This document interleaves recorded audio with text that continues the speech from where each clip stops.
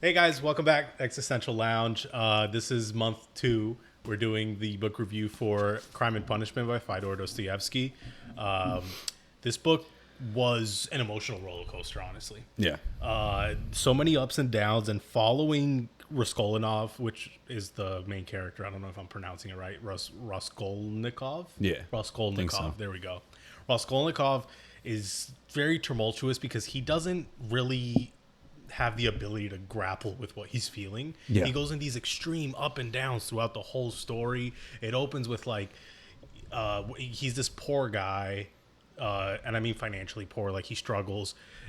He's a former law student who's dropped out of law school, super smart guy, but just unfortunate in circumstance. Yeah. And he, I think, holds some resentment because of that, right? Yeah. He holds resentment towards the world. Like, I'm smart. I'm not supposed to be in this predicament. Yeah. This isn't what happens to people who can, like, who have my intellect. Yeah. He was also just found himself in a situation where he was just incredibly alone. Mm-hmm. Like he was living in an area, St. Petersburg, which is like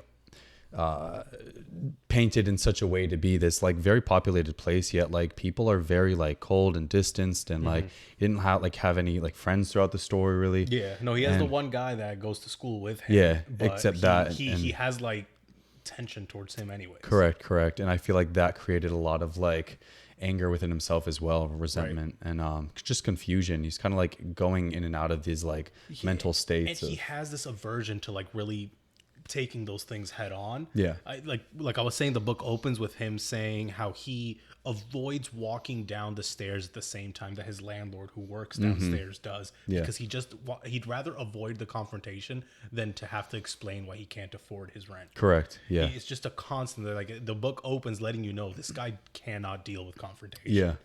I think there was a large shame probably revolved around definitely. That as well. But yeah, very interesting, especially like throughout the entire book, it feels like you're within his brain, and he's just doing this mental seesaw of like who he is and like what he's going to do, and his emotions and his logical thought processes behind it. Yeah, they tell you about how he goes to go pawn the ring. Yeah, at the pawn shop with Ilyana, the pawn lady, and she's just a mean person. Yeah, like by all means, like we're not. Like, that's just who she is. She's presented as this very just unlikable person. Yeah. Treats her little sister who works with her very poorly. Gives people pennies on the dollars for what's worth of what they're pawning in. Yeah. Knowing damn well these people aren't going to be able to pay that back, so she keeps the merchandise anyways. 100%. She's presented as just this vile person. So he, from the very beginning, kind of gets this idea. Like, we'd be better off without people like you. Yeah. And that we see just unfortunate circumstance after unfortunate circumstance pile on him until he's like, you know what? I was right. Yeah. We see the letter he gets from his parents, or his mom rather. I really like that part. It's early on in the book. He gets a letter from his mom where she's telling him, hey, I know we haven't been able to be sending you a lot of money. I know law school is really tough. You know that your dad passed away and he had left back this debt on us. Yeah. And I'm making like 100 rubles. I think it was. Yeah. I don't know the currency that they speak about. I'm pretty sure it was rubles. Yeah. And I'm not making more than 100 and some rubles, and I use a lot of that to pay it back. But I'm getting close to the end of that. That's going to be over with, and I'm going to be able to start sending you more money again, so you can keep getting through law school. And he just uses it to like live rather than to actually like go back to school. His parents have no idea that he has dropped out. Yeah. Or his mom. I keep saying parents, but his mom has no idea that he's dropped out. His sister's over there also trying to make it work so that he can get through school. Yeah. The whole time he's dropped out already. Yeah. He keeps reading this letter. The mom's telling him how his sister is going to marry the guy that they work for. Yeah. But like, he's a really vile guy as well. He's one of those people that has money and looks at people with no money as like less than. Yeah, peasants. Yeah, just terrible. And that's how he sees the mom and the sister. And he wants to marry her just as a means of control. Like, oh, this person is going to be indebted to me, essentially. Yeah. I am giving her a livelihood. If she marries me, she is essentially property. Yeah. And Ross, bear with me. It's hard to say it. Yeah. It is hard. There's a lot of names in this book that are hard to say, and a lot of ones that just sound similar. But yeah. Raskolnikov. Yeah. I'm gonna just start calling him Ross. Yeah. that works. So Ross, he goes into this fit of rage. The book says as he's reading it, tears are coming down his face. Yeah. He goes into this fit of rage, on the one hand not wanting his sister to marry this guy, but also feeling like, you guys don't need to pity me. What are you guys doing? Why you don't have to go work for me? You don't have to marry somebody to make sure I'm doing well. I can take care of me. Yeah. And that emotion just keeps climbing and climbing and climbing and climbing on him until eventually he, like all the time we see him go on these emotional tirades, he almost goes off a cliff at the end. So he goes from just, I'm going to do everything, I'm going to actually go over there, I'm going to make sure that you can't marry my sister. And then he's randomly like, but actually I don't care. Yeah. If that's what she's going to do, that's what she's going to do. Yeah, he consistently throughout the entire book, he's like, half his body's like, one foot's out of the door, one foot's in the door, of like this nihilistic sort of fit, or excuse me, just less of a fit, more of an ease, kind of just like a, the switch has been flipped offwards in him, of like not caring about anything. Very, very Albert Camus, like a Stranger-esque, with a lot of his like disposition towards things, and other times it is like going the switches all the way up, you know, where he's like trying to work through things and figure out solutions. But he's grappling a lot with that, and I think that like oftentimes, like I think what he justifies later on with the whole books are revolving around the murders, like maybe like a sense of control even sometimes. Yeah, I think control's a big one for him. He tries to like have this facade that he's not in as deep of a hole as he actually is. Yeah. He does that throughout the book as well, with like trying to avoid the conversation with his landlord. When he's sitting in his room all by himself and the maid comes up and tells him, hey, wake up, what are you doing? I've saved you food. He gives her like his last few coins to go get him tea, because like, I'm not going to eat the food you hid away from me. Yeah, and that reminds me of a lot of like the polar opposite like moment in the book is like when he's at the bar with Marmoladov, I think it's pronounced, where like he's doing the opposite of like pouring his heart out, having this like religious emotional tangent about like his wife and his daughter and his circumstance in life as this whole, and all this suffering, and he's just sitting there listening. And like I almost feel like it seems a little bit like maybe Raskolnikov wishes that he could do a similar thing to someone in a way. Yeah, 100%. You could see that, because after, I mean, it's a book review, so I don't think I have to say spoiler alert. But when I can't say Marmoladov. When Marmoladov dies, when he gets like trampled over or whatever, Ross kind of like takes his role in that family. He takes care of Sonia, the daughter. He gives money so that they can like pay the rent. And throughout the book, he continues to take care of Sonia and the kids. So you could see, I think, that's actually something I hadn't thought about. In that conversation with him at the bar, maybe a part of Ross was like, I wish I could do what you're doing. I wish I can be as open and vulnerable. Yeah. I kind of saw that like now. Honestly, that just came to me right now thinking about that with regards to that control and just kind of like where he's been at in his mind. Because he's just a character who struggled throughout the entire book. Raskolnikov. 100%.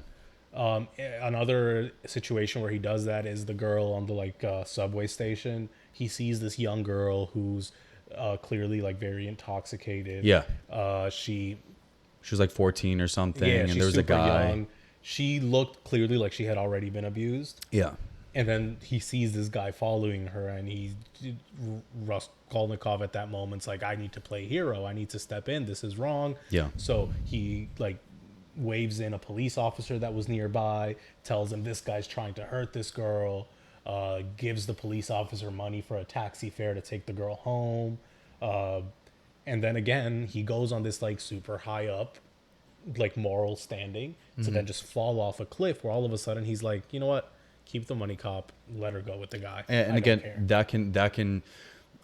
that trails back to the control, where it's like this event with this girl is probably gonna happen anyways. Like more than likely, like, you know, if I'm not gonna step in, there's another day she's gonna walk down the street and be intoxicated too. So he like, says that actually. If I could find, there's no way I'm gonna find the specific spot, so I'm gonna have to paraphrase. But he says something like, this girl clearly has parent issues. The family situation is not good. She's a teen out here drunk by herself at the middle of the night. I think he suggests that she's gonna end up being a prostitute anyway, so what does it matter? Like, he goes through these emotional highs that then I think just feel so foreign to him that he has to shoehorn some form of logic, like, as to why he shouldn't feel the way he's feeling. Go ahead. I was just gonna say, he rationalizes an explanation to, like, move away from the emotion. Yeah, almost like a lie. Like, if I do these mental gymnastics of like an outcome, that it makes it more palpable for my brain to accept me not doing anything right now as a form of action. You know? And he's just in that state the entire book. Yeah, he's like in this whiplash, self-gaslighting kind of like thing. But from there, he ends up... what is the trigger again? I forget what the trigger is that actually makes him say, you know what, I'm just going to go do this. I think he has a conversation when the parents finally come to St. Peter. When his mom and the sister come to St. Petersburg, he kind of flips out. It might be. But he finally goes through with it. He's like, I'm going to do it. I don't care. Oh, he hears that she was going to be alone. I think there was some conversation. Well, yeah. Are you talking about the murderer? He first, like, I'm going to do it. Yeah. Then he's walking down the street and hears someone say, oh, the sister, I forget her name. Yeah. Ilyana's sister is actually going to be gone. Yeah. At 7. And his brain was like, this is too perfect. Like, I have to do it. Like, the universe is telling me to do it. Yeah. I had said I'm going to do it. Then I said, nah, that's crazy. And then I walk by and randomly hear that tonight's the perfect occasion for it. Yeah. Like, the perfect opportunity has presented itself. I'm going to do it. Yeah. So he goes to the house. Well, actually, no. Before that, he decides he's going to do it with an axe. Yeah. And he goes to get that axe, and the maid... He gets seen for a second. Yeah. And she's like, what are you doing? And he's like, oh, whoa. But then remembers there's an axe somewhere else, so he leaves that one there. I remember you were bringing up to me that in a lot of ways, because we know that Dostoevsky was Orthodox. a devout Christian. Yeah. That in a lot of ways mirrors, like, the Christian idea that God will give you signs to, like, deter you from bad decisions. Correct. He doesn't... In the Christian faith, I'm speaking, because, like, of course, you guys know I don't believe these things, but in the Christian faith, he gave us free will. He knows that we are able to make our own decisions, but there are guides. He's there as a guide for us. And he does, in that way, you were pointing out that the maid having had shown up when he was going to grab the weapon was God, in a way, trying to deter him. Like, you're doing the wrong thing. Don't do this. Don't do this. Yes. And he just, it's crazy because it's another form of, like, on one hand, you have the person saying she's going to be alone. And then, boom, the maid sees you, like, as you're grabbing the hatchet. It's just playing this again. There's this, like, black and white throughout the entire story of, like, he's playing this tug of war within his brain and, like, leeching on to, like, any form of external things to, like, take him an either or decision. It's almost like there's I don't want to say like an indifference, but like whichever way the wind blows me, I'll cling to in a way. You know? I don't think he struggles a lot with being able to make decisions for himself. He very much relies on that, like, wherever the wind takes me type of mentality. And I think it's reflective of his lack of control he has in his life. And I think in large part that right there is so indicative of Dostoevsky's worldview for people that are faithless. You know, it's like, well, you're going wherever the wind takes you, and that's dangerous, and that's going to destroy your life. Look what it's doing to Raskolnikov. Like, if you had faith, like Sonia, like, you're so much more connected to other people. And she's presented as someone who's had just as much, if not more, turmoil in her life as Ross. And, like, her husband's a drunk. Well, no, her first husband died, right? And then the Marmoladov comes in, marries her to take care of her and her family because she already had kids, and then he becomes a drunk. And then the daughter's a prostitute to help feed the kids, but because she's a prostitute, she's not allowed to live in the home, and she has to, like, live somewhere else while making money to feed the kids. It's like as tragic as it gets. Pretty much. And this lady's always like, nope, God will guide me. He will tell me what to do. This is Dostoevsky telling us that, hey, life sucks for everybody. Like, we all are going to face stuff, but with God on your side, you're going to be good. Without God on your side, you become Ross. Correct. but he goes through with it. He goes into the shop. He's ringing the doorbell. Ileana opens the door, and he hatchets her to death. Yeah. I think what's important also real quick to like point out is that he was fueled by like I didn't know that the terminology the extraordinary man theory was coined from like this book specifically.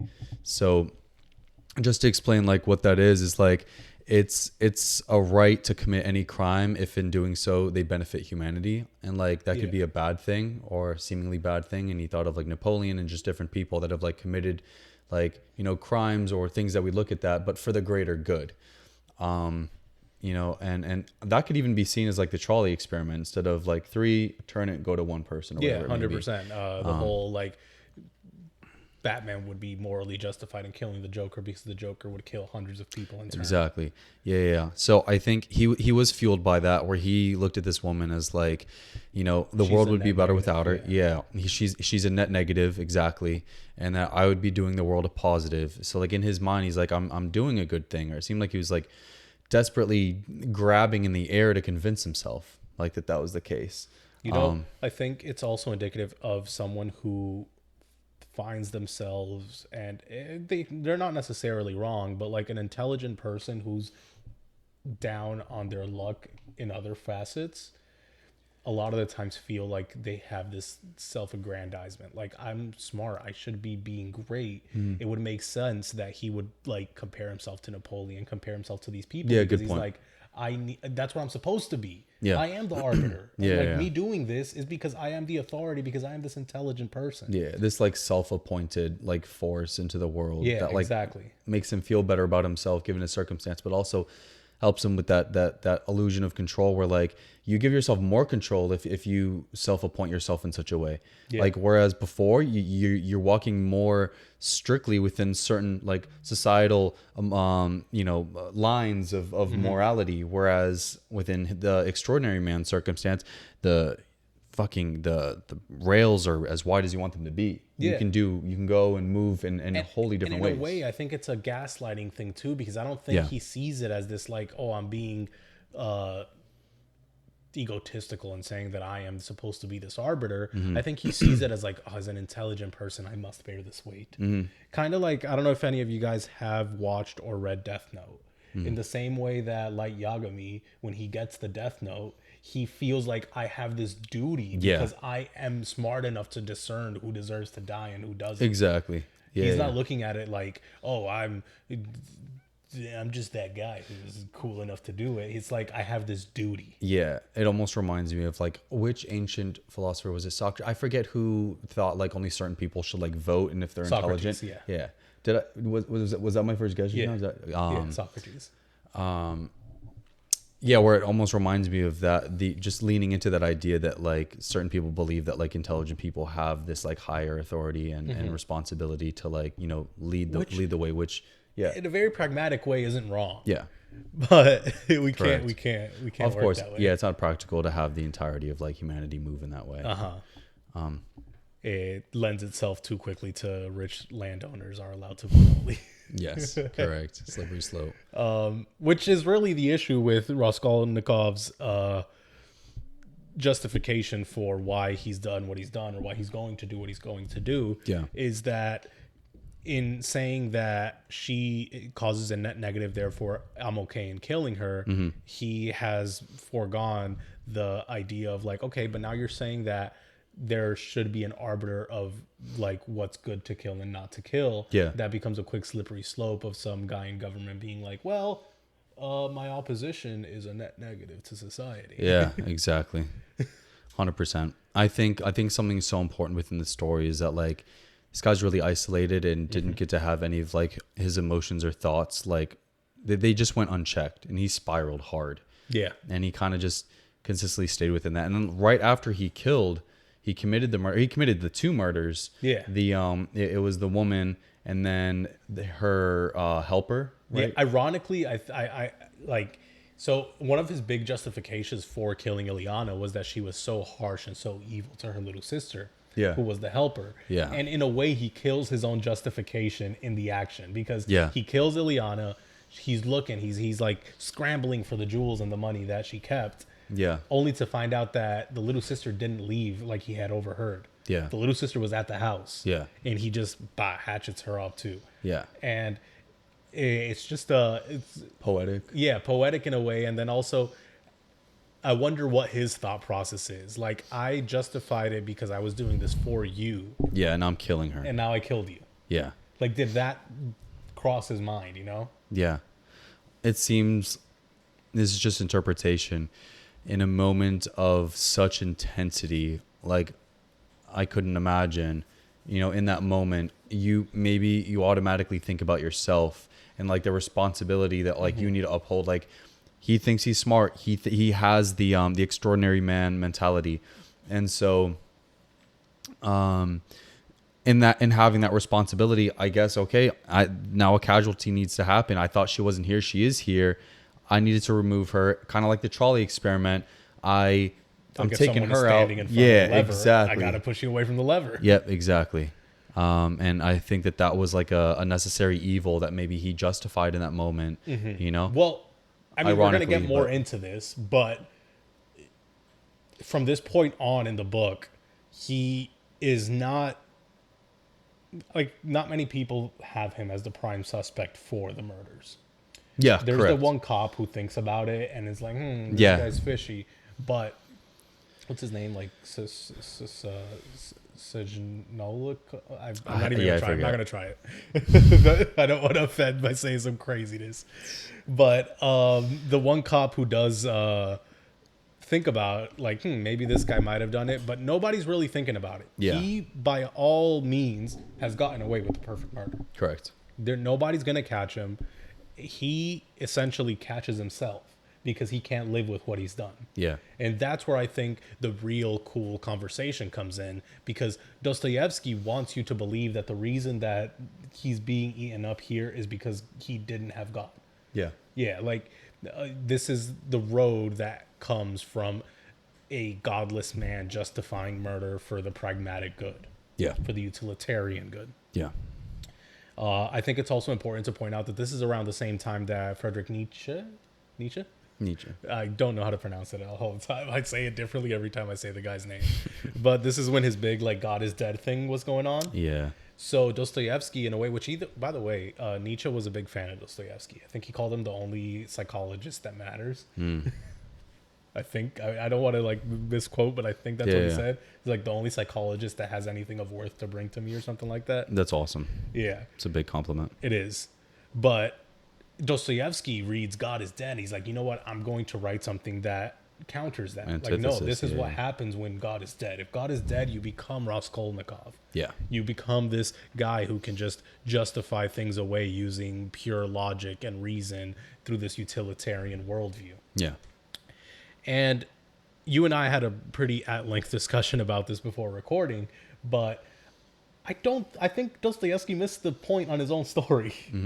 Where his main character wasn't even that well justified in doing what he did. He was not well justified at all. I think that the main issue, in my opinion, like reading it, what I got is this is a character who used faulty logic to justify something. Yeah. Dostoevsky says that this is just logic under the utilitarian worldview. I don't think that's the case. I think Raskolnikov greatly overestimated his logical ability. Do you think that so in your view, you're saying that like he used faulty logic, but I think we could be fully convinced of our faulty logic, because like if we don't have enough awareness or intelligence of our logic, though it may be faulty, we can operate believing it's true. I think he 100% believed it. Yeah. Up until after he killed her. Yeah. That's where the story really matters, because he kills her at the end of book 1. Like, and I think that's where a lot of like the symbolism of like when he kills her, he kills that version of himself that believed that like it was right. But then later on, he still has that like he does. And that's what I'm saying, is that he believed it until he did it. And I think Dostoevsky wants you to think that it ends there, because that's when his like emotional moral compass is taking like over what the logical justification was. Yeah. I'm saying no. I think that if we were to look at someone who killed under the justification that Raskolnikov gave, they would be under turmoil because the realization that their logic was faulty is coming to fruition.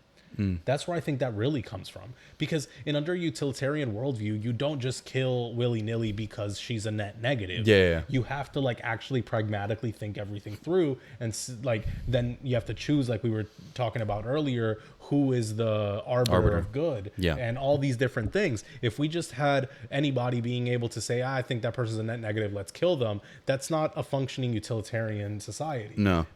That's my issue with the story Dostoevsky was trying to tell, is that I think he mischaracterizes utilitarianism, pragmatism, and logic and atheism all in one. Yeah. He mischaracterizes, like, he's essentially doing a very big straw man. Mm-hmm. He is giving the atheist a position that they don't hold and then arguing against that position. Yeah.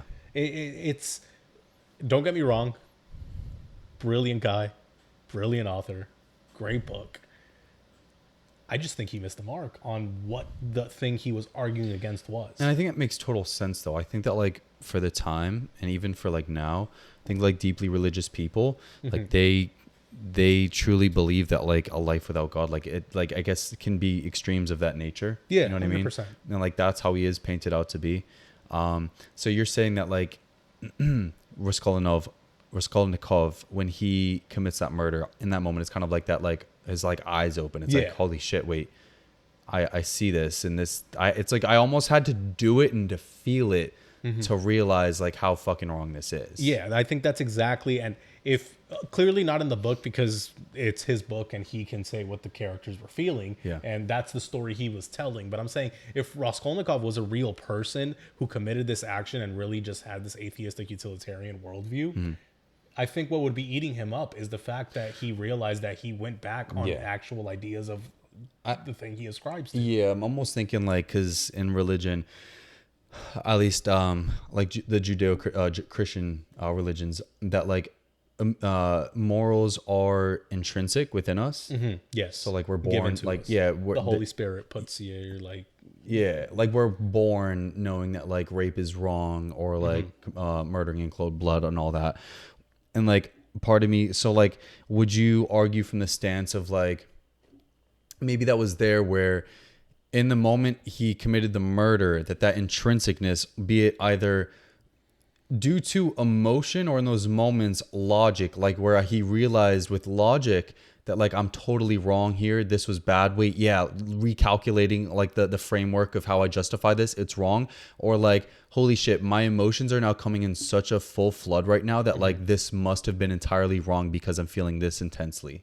I think that plays a huge part as well. I don't think that anybody his emotions were clearly endorphins. Everything was flying out 100%. Like his ears when he did that. Yeah. As would for anyone. I don't think anyone is going to sit down and, like, after doing that, holding the axe in their hand, be like, well, logically, this didn't really make sense. I don't think that's how anybody's going to, like, react. Yeah. Of course, like, I think he had a flood of emotions, but I think in the, like, time to come after that we read books or parts 2 through 6, is him going from that emotional high that he was always at. Remember how he always goes to this emotional high of something, then drops into the logic? Yeah. I think that's what was going on. I think him killing her, that's the emotional high. Chapter or book parts 2 through 6 is him coming back down and seeing that logically it didn't make sense. That's what the way that I read it, and the way that just makes, no pun intended, it makes logical sense to me. Yeah. Yeah, and I think a big part, like, this man was so isolated, and, like, he isolation magnifies guilt and it distorts thinking. I think that, like, in those moments, like, afterwards, like, he couldn't even be around people. He was, like, running away and shit. Yeah. Every conversation, I think, when his friend from school and his sister, or not his sister, and what's his name, the guy that his sister was supposed to marry, were leaving the house because he told him to leave. Yeah, I forget his name. He told him to leave, and they're walking. They're like, Raskolnikov's not talking about anything besides these murders. What's going on? Yeah. It's like the only thing at the front of his mind for everything. He brings every conversation back to it. Yeah. Until eventually we get towards the end of book 6, towards the end of the book. He meets with that other guy who, by all means, is also a terrible person, accused of rape and all that. um, Raskolnikov speaks with him, and the guy makes it seem that he is going to tell that he killed, because he knows that Raskolnikov's guilty. He makes it seem that he's going to tell. Yeah. So Ross leaves, and he thinks, I'm going to have to turn myself in. That's the only choice I have. Little does he know, when he leaves, this guy ends up unaliving himself and leaves a note with just saying that, like, he did it, right? Yeah. Or that he himself, like, ended himself, not that Ross did it. He didn't mention anything about Ross actually doing it. But he thought, like, Ross thought he was going to say Ross it, thought that he was going to out him. Yeah. So he goes to his sister, tells him, I'm going to turn myself in. Yeah. Goes to Sonia and tells her, I'm going to turn myself in. He's walking back from Sonia's house to the police station to turn himself in. Yeah. Once he goes to the police officer that suspected him, he tells him, he starts talking. And then the guy's like, oh, I'm sorry I ever thought it was you. Yeah. It's crazy. And he finds out, this other guy unalived himself, and he just left this note saying that nobody else did it but him. Wow. And Ross in that moment is like a eureka moment. I don't have to turn myself in. Yeah. And he walks out of the police station and sees that Sonia had been following him from her house to the police station when he left. And I guess at that moment, just it kind of hits him that I have to turn around and turn myself in. Yeah. It's what I should do. Yeah. And it makes sense that the biggest driving force that inspired him to do that is someone so connected to their faith. Yeah. In Dostoevsky storytelling, I think, if anything, he probably did that on purpose. She is the representation of a good Christian in this novel. And she's the thing that forces him. Just like the maid turned him away from the first acts. Yeah. This lady, who's also in a way representative of the Christian faith, representative of God in like Raskolnikov's life, is what makes him turn around and turn himself in, because it's the like Christian just thing to do. Yeah. I think a really interesting concept within the story as well is just like the idea of internal law. Like, I've read that like internal law is more powerful than like external law with regards to like, showing us what we should do and not do, and like how that feeling within us will just eat us alive. And like how like Raskolnikov was like dealing with that, like that psychological struggle with like that duality, and like there's a cost, like you do a thing, but there's that emotional cost that comes with it, and he was going actually crazy from that. And it's interesting to dive into that, and even then, like, there are times I think of like soldiers, veterans are people that can do a thing that they justified was right, and you can still justify as right. You could save your family from a guy that was trying to kill them, and then you feel that like that feeling in you of almost like that turmoil of like I just committed murder, and so there's that emotional cost sometimes of like we can do the right thing, or a thing that we justify as right, but still deal with that emotional hardship that follows. But yeah. I also, so in the epilogue, so we finish off with him turning himself in, and he gets put in the prison in Siberia. Siberia, right? I believe it was. Yeah. He's over there, and we find out that Sonia actually moved over there as well, and she's working as a seamstress or something.